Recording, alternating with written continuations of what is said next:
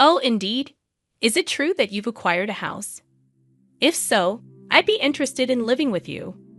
Unexpectedly, my mother-in-law started uttering such an absurd proposition over the phone. She must have caught wind of our recent home purchase from my husband. I could discern my sister-in-law's amused chuckles in the background. Does she believe her laughter can go unnoticed? Honestly, I have no desire to reside with my mother-in-law and the others. I thought my husband shared the same sentiment. However, the fact that they've been informed about our new house. Could it be that they're assuming we'll be living together? The idea that my beloved husband might be in cahoots with them fills me with a bit of apprehension. Yet, I have no intention of yielding to their wishes. Are they trying to manipulate me? If that's their game, I'll reverse the roles. Reflecting on all my past tribulations, I pledged revenge against them. I am Kate Thompson, 30 years old, working as an ordinary employee at a major financial corporation. I married my husband Joe 3 years ago, and though we don't have children yet, there's a valid reason for that. A decision we both took seriously. Joe and I are fully committed to our careers, toiling daily with the aim of advancing. Once our professional lives stabilize, we plan to build our own home and create a stable environment for raising children. We've agreed to revisit the topic of having kids once our careers settle down. This was a decision we made earnestly, sharing our genuine feelings and thoughts. We do aspire to have children eventually, and now, as we prepare for that, I find myself recalling all my past struggles. Then one day, I successfully executed a well-planned project at work, and my promotion was officially confirmed. While my salary was already sufficient, the promotion brought even more comfort to our lives. On the other hand, Joe, although not promoted, received a substantial salary increase due to his years of service. With both our incomes on the rise, I felt it was time to turn our long-held dream into reality. So I broached the topic with Joe. Joe, I want to talk to you. Over the past year, both of us have had stable incomes. I think it might be time to consider getting our own home. What do you think? Oh, is it time already? From his excited voice, I could tell Joe was thrilled. Actually, I've been thinking about it too, but since I haven't been promoted yet, I felt a bit hesitant to bring it up. Don't worry about that. It's not like only one of us needs to earn money. I was thinking it might be okay to build our home in my name. Really? Well, you do earn more now. If you're okay with it, let's build our home in your name. All right, let's proceed with that. Let's go see some model houses on our next day off. Sounds great. Let's go. We shouldn't miss this opportunity. I really feel grateful for choosing Joe at times like this, as we share the same values. The following week, we made an appointment to view model homes as planned. We looked at various types of houses, expanding our vision for our own home. On weekends, we began creating simple floor plans together, researching online. During a recent visit to a construction company, they suggested that instead of leaving everything to them, it's better if we create our own image for a more satisfying home. So Joe and I started building that image. However, neither of us has much knowledge of architecture or design.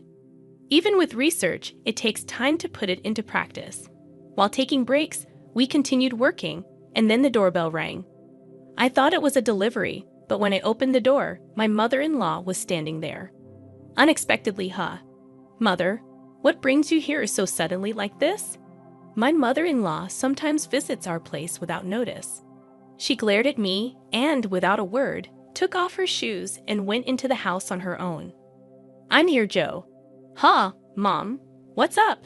Surprised by his mother's call, Joe showed a startled reaction.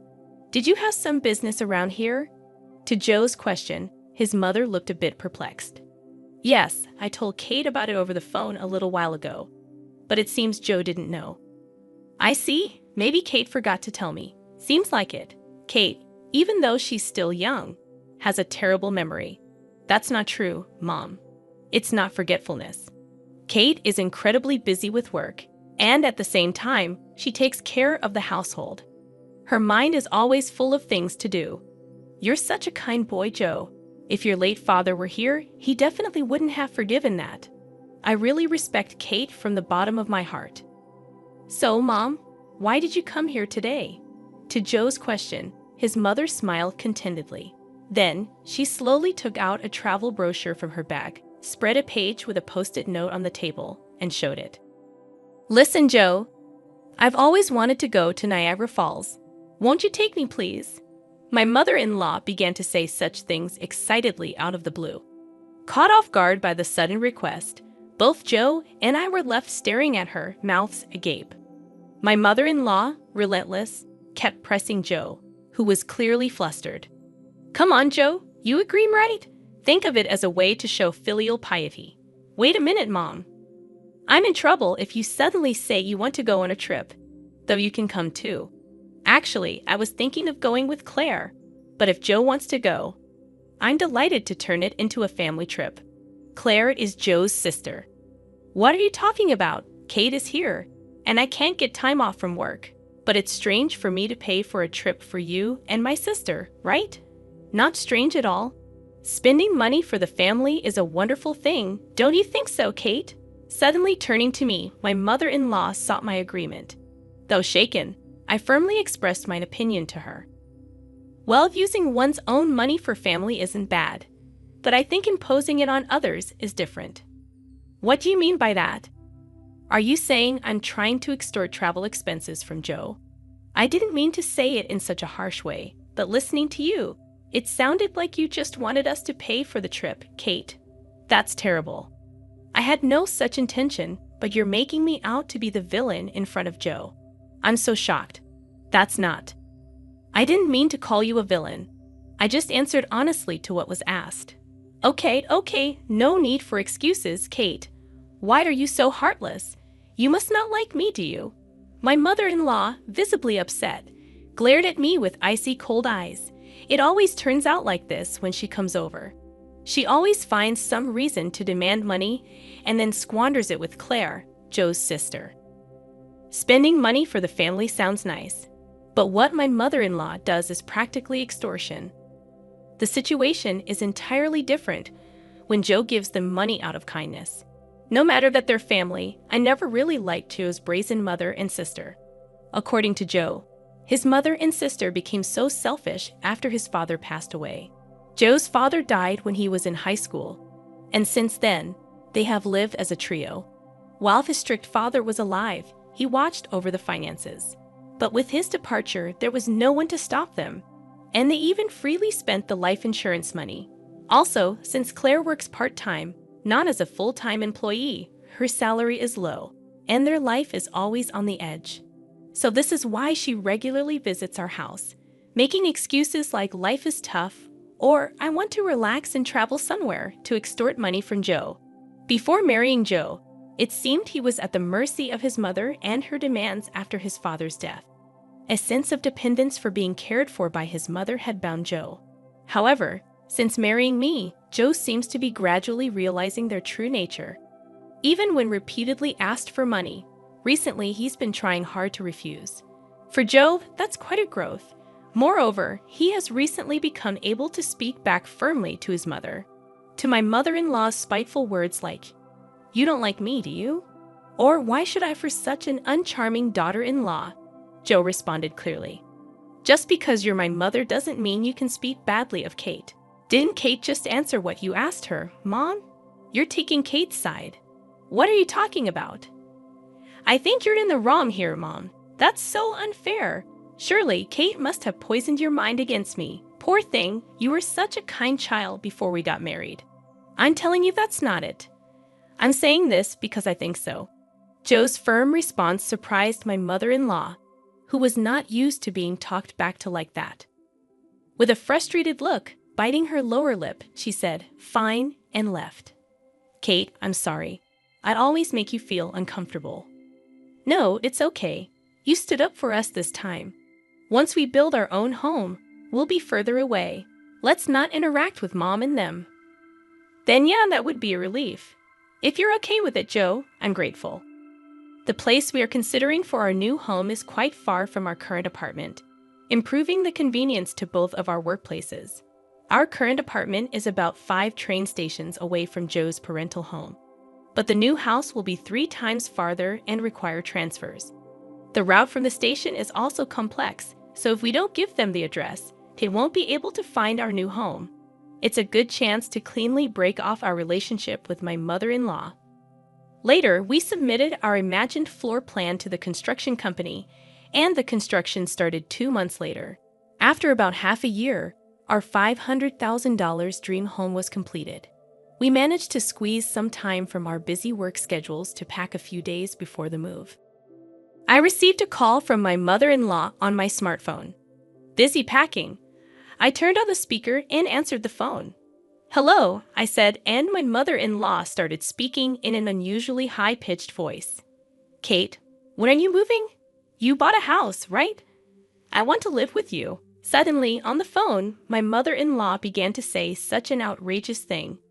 She must have heard about our new home purchase from Joe. I could hear Claire, my sister-in-law, chuckling in the background. "That's great. We can make Kate work for us every day.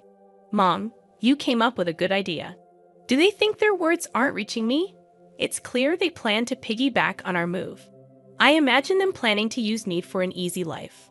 Honestly, I have no intention of living with them. I thought Joe felt the same, but telling them about the new house. Could it be that they're assuming we'll live together? The thought that my beloved Joe might be in league with them fills me with a bit of fear.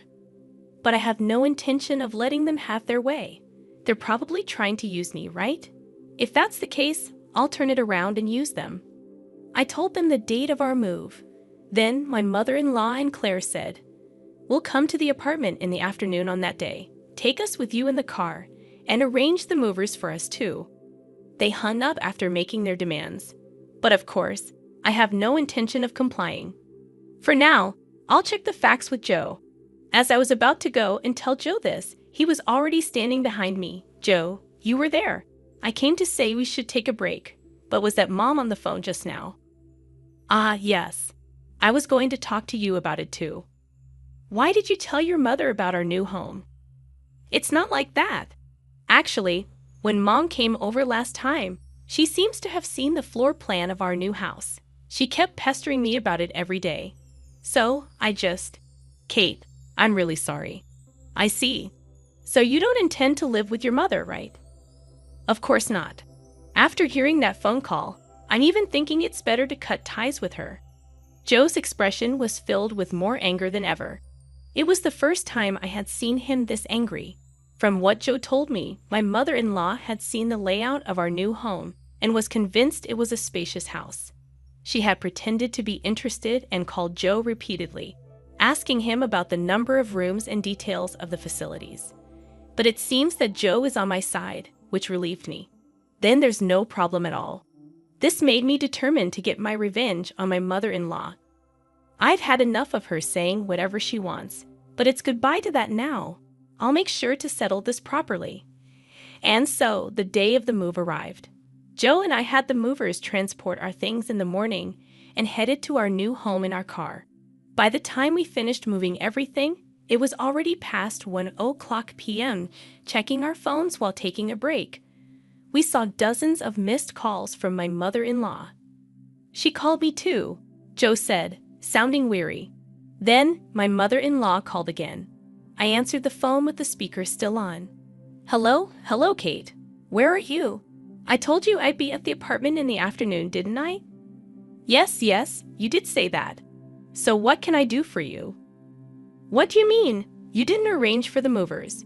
I've been waiting at home, and not a single truck has shown up. So I had to go to your apartment myself." "Is that so? Well, that's too bad. You know I didn't arrange for any movers." "What? That's not the agreement. Where is your new house?" "Huh? You really think I'd tell you?" After saying that clearly, my mother-in-law uttered a dumbfounded huh. She probably thought that as long as Joe was there, she could always have her way. But Joe is different now. He's my precious ally, trying to cut off the bad ties with his family. Determined to release all my pent-up feelings, I spoke firmly. "Just to let you know, neither Joe nor I have any intention of living with the two of you from now on. Please don't involve yourselves in our lives." "What are you saying? Your opinion doesn't matter. It's up to Joe to decide. At least tell me where the new house is right now." "Huh? How are you going to get here without even knowing the address? This house is in my name. I have the right to decide who lives here. If you two just barge in, it's trespassing, and I'll sue you right away." "What? Trespassing? How rude to say that about your husband's family." At that point, Joe spoke up in a deathly cold voice. "Family? My father, who was a family member, is already gone, isn't he?" "What are you saying, Joe? After hearing that last phone call, I'm utterly fed up with you two. Just having a blood relation with you is embarrassing. From now on, my family is only Dad and Kate. I no longer consider you two as my family." "Wait, Joe, don't say such things. Don't bother us again, got it?" With that, Joe hung up without waiting for her reply. He swiftly set his phone to block her calls. "Hey, Joe, are you really okay with this?" "Yeah, I finally realized that Mom was just using me to her advantage. I feel completely relieved now." Joe looked truly refreshed, sincerely believing what he said. "That's how we, as a couple, managed to cut off the bad ties with my mother-in-law and sister." Afterwards, they had to change their lifestyle drastically, as Joe stopped supporting them completely. Without any contact with Joe, they lost their fallback option. Later on, my sister-in-law's part-time income wasn't enough, and my mother-in-law had to start working part-time as well. Being a housewife for so long, she wasn't used to the working environment and was clumsy, often being disliked at her workplace.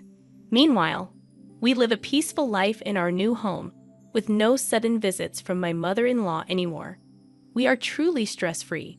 I'm endlessly grateful to Joe for believing in me and cutting ties with his toxic blood relatives. We might face various challenges in the future, but even then, I trust Joe, and we will support each other and walk through life together.